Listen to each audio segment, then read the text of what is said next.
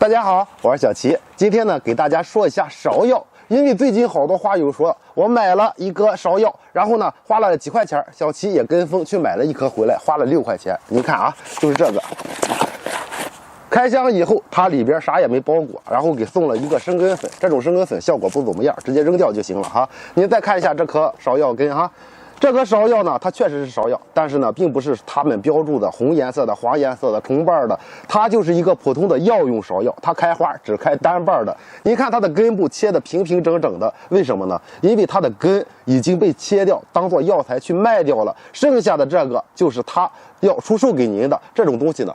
本来是应该直接扔掉的，他现在卖1块钱他都赚钱，所以说卖个3、5块钱到你手里能赚几块钱。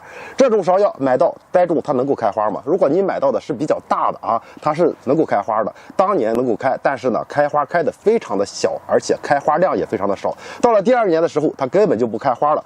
最近有几个花友说，我买的芍药栽上以后枝条长出来非常的细弱，是什么原因呢？你买到的就是这种的芍药，它枝条长出来以后非常的细弱，这是很正常的哈，因为它没有太粗的根，养分不足，长出来的苗子就比较细。那么到了春天，我们能不能买芍药呢？芍药是可以买的，但是呢，买到以后建议去地栽。但是呢，我们买芍药要买对版的，要下面有粗根的，因为粗根能够储存很多的养分。这种粗根栽种上以后，它会消耗一部分养分去让它开花，所以我们买到以后只需要保留1个花去看花就行了，剩下的花全部给它掐掉。等它开起来以后，再把花给它掐干净以后，它底下就会逐渐的长出毛细根来，就能够去长叶子，正常的生长。到了冬天就会逐渐的枯萎休眠，到了第2年的时候，它的根系就长得比较不错了，不影响它第2年开花哈。一定要记住，别买这种的，买粗根的。您到了春天也可以购买，买进口货一般都是从国外进过来的，然后到您那儿也就差不多春天了，栽上呢也是能够直接赏花的。这种芍药的话，几块钱您图便宜，您甭想买到对版的，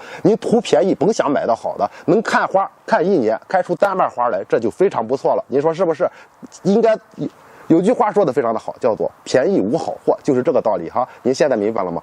买东西要去对比价格，价格高的你再去购买。一般的话取个中间价，只要买到以后它带着粗根，大部分都是对版的。如果觉得小齐说的还可以，别忘了给小齐点个赞，点关注再走。